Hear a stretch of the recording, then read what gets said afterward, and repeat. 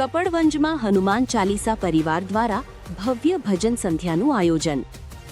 કપડવંજ શહેરમાં શ્રી હનુમાન ચાલીસા પરિવાર દ્વારા પવિત્ર શ્રાવણ માસના બીજા સોમવારે ભવ્ય ભજન સંધ્યાનું આયોજન કરવામાં આવ્યું। આ કાર્યક્રમને સફળ બનાવવા માટે જનકભાઈ ભગત, ગોપાલભાઈ કંસારા, મનુભાઈ રામાભાઈ પટેલ, આપેશભાઈ શાસ્ત્રી, જીતુભાઈ ફોજી અને સમસ્ત હનુમાન ચાલીસા પરિવાર સાથ સહકાર આપવા બદલ દાતાશ્રીઓના હૃદયપૂર્વક આભાર વ્યક્ત કરે છે। તારીખ 24 ઓગસ્ટ 2026ના રોજ રાત્રે 7:30 કલાકે કપડવંજના ટાઉન હોલ ખાતે આ ભવ્ય ધાર્મિક કાર્યક્રમ યોજાયો। કાર્યક્રમમાં પરમ પૂજ્ય જગદીશાનંદજી મહારાજ રંગબાળ, મહંત શ્રી વિજયદાસજી મહારાજ દડી સ્વામી આશ્રમ ડાકોર તથા પરમ પૂજ્ય શ્રી જયરાજજી મહારાજ જેવા સંતો મહંતોની ઉપસ્થિત રહ્યા। આ ઉપરાંત અજયભાઈ ગુરુજી ડાકોર, ઝાલા ભગત, ગિરીશ મહારાજ, બ્રહ્મકુમારી માલાબહેન, પીઆઈ સોલંકી સાહેબ હાજર રહ્યા હતા। આ સાથે ભજન ક્ષેત્રે જાણીતા કલાકારો અશોક ભાયાણી, જેમના રામ નામ કે હીરે મોતી, મેં ભી કરાવું ગલી ગલીએ ધૂનથી પ્રસિદ્ધ છે, તેમજ શ્રી વિશાલસિંહ વાઘેલા, વોઇસ ઓફ હેમંત ચૌહાણ અને શ્રી અનિલ પાઠક એન્કરિંગ દ્વારા કાર્યક્રમની ભક્તિમય બનાવવામાં આવ્યો હતો। કાર્યક્રમમાં સંગીત ક્ષેત્રે કિરણ અને કિરીટ દ્વારા ભક્તિ સંગીતની રજૂઆત કરવામાં આવી હતી। શ્રાવણ માસના પવિત્ર અવસરે યોજાનાર આ ભવ્ય ભજન સંધ્યામાં કપડવંજની ધર્મપ્રેમી જનતાને મોટી સંખ્યામાં ઉપસ્થિત રહી સંતવાણી અને ભક્તિ સંગીતનો આનંદ માણવા હનુમાન ચાલીસા પરિવાર દ્વારા ખૂબ સુંદર કાર્યક્રમનું આયોજન કરવામાં આવ્યું હતું। ગોપાલ કંસારા, ક્રિએટિવ આઈ।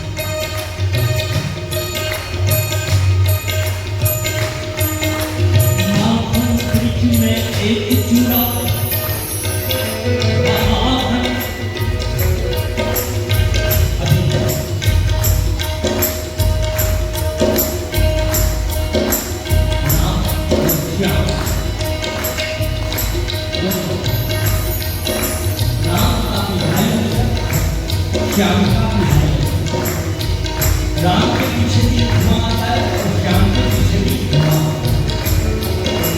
माधव भी मैं एक चुनाव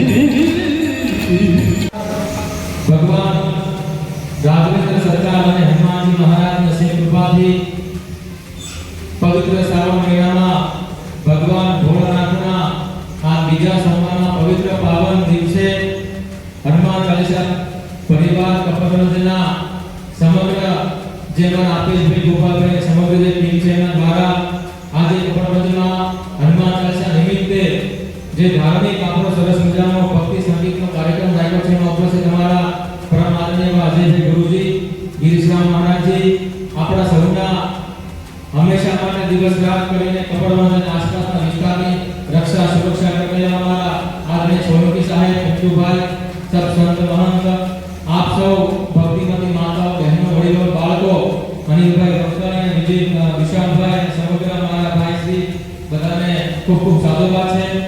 ખરેખર કપડવંજમાં કોઈ પણ જ્યારે નાના મોટા ધાર્મિક કાર્યક્રમ હોય કે હિન્દુ ધર્મના હોય, રાષ્ટ્રના હોય કે ભગવાનના ભજન કીર્તનના હોય તો અમારા આપીશભાઈ ગોપાલભાઈ એનું સમગ્ર આ હનુમાન ચાલીસા પરિવાર હંમેશા અગ્રેસર રહ્યું છે.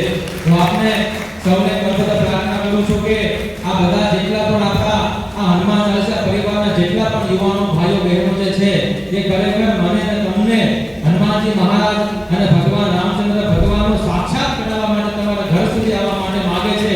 બસ તમારે બધાને એમને ખાલી સાથ અને સહકાર આપવાની જરૂર છે.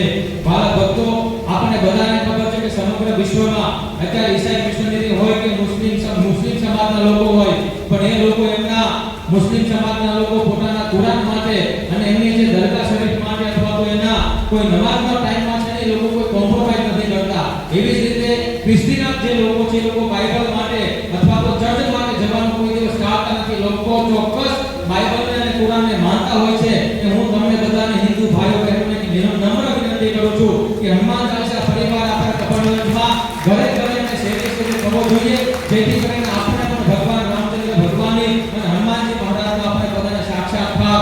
અત્યારે વિશ્વમાં આપણને બધાને ખબર છે કે ધર્મ પરિવર્તન અને અધર્મી લોકો બહુ રીતે હાવી થઈ રહ્યા છે. એનું કારણ છે કે એ લોકો એમના ધર્મ પ્રત્યે સજાગ છે અને આપણે બધા થોડા પાછળ પડી રહ્યા છીએ. એટલે તમને મારી વિનંતી છે કે તમે તમારા દીકરા દીકરીને, યુવાન ભાઈઓ બહેનોને આપણી ભારતીય સનાતન સંસ્કૃતિને નરેન્દ્રભાઈ મોદીએ આપણી હાલની વર્તમાન સરકારે અયોધ્યાનું રામ મંદિર બનાવ્યું, કાશી વિશ્વનાથ બનાવ્યું, ઉજ્જૈન બનાવ્યું, સોમનાથ બનાવ્યું, ડાકોર બનાવ્યું. આ બધા ધર્મોનો ઉદ્ધાર કર્યો હોય, પણ આપણે બધા જો ધર્મને સાચી રીતે જો જાણીશું નહીં તો આ બધું આપણે જે મહેનત કરી છે બધાએ એ બધાએ જેટલું બલિદાન છે મંદિરો પાછળ, રામ મંદિર પાસે આપ્યા છે એ બધા ફેર જશે. એટલે મારે તમને બધાને વિનંતી કરવી છે કે ધર્મ છે ને એ આચરણ કરવાની વસ્તુ છે. ખાલી જય શ્રી રામ કરવાથી આપણો હિન્દુ ધર્મ બચતો નથી. એ જય શ્રી રામના નારા સાથે આપણે સનાતન ધર્મનું રક્ષણ માટે આપણે પોતાને પણ તિલક માળા કંઠી અને જ્યારે જરૂર પડે ત્યારે ભાલાનો પણ આપણે બધા ઉપયોગ કરવો પડે.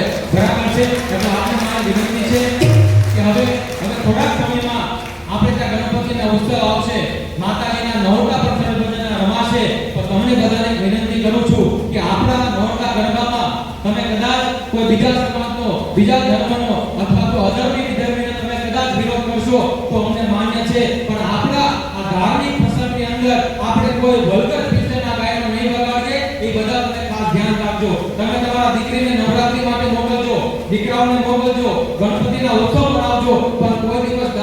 સિગારેટ અથવા તો પશ્ચિમી સંસ્કૃતિમાં આપણે કોઈ અનુકરણ નહીં કરીએ તો સાચા અર્થમાં આપણે ગણપતિ દાદાની અને ભગવાન અને માતાજીની આપણે પૂજા કરી ગણાશે. આજે કપડવંજમાં આવીને અમને આશીષભાઈ અને આ બધાના અમને દર્શન થયા અને આજે રામધૂનમાં ખરેખર એવું લાગ્યું કે આજે ભગવાન રામચંદ્ર ભગવાન અયોધ્યા છોડીને આપણે કપડવંજના ટાઉન હોલમાં હોય તો એ દાદા થયો છે.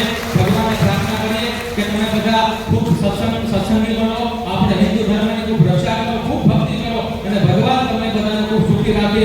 એ જ પ્રાર્થના સાથે સર્વે ભવન્તુ સુખિનઃ, સર્વે સંતો નિરામયા, સર્વે ભદ્રાણિ પશ્યન્તુ મા કચિત દુર્ભાગ ભવેत्.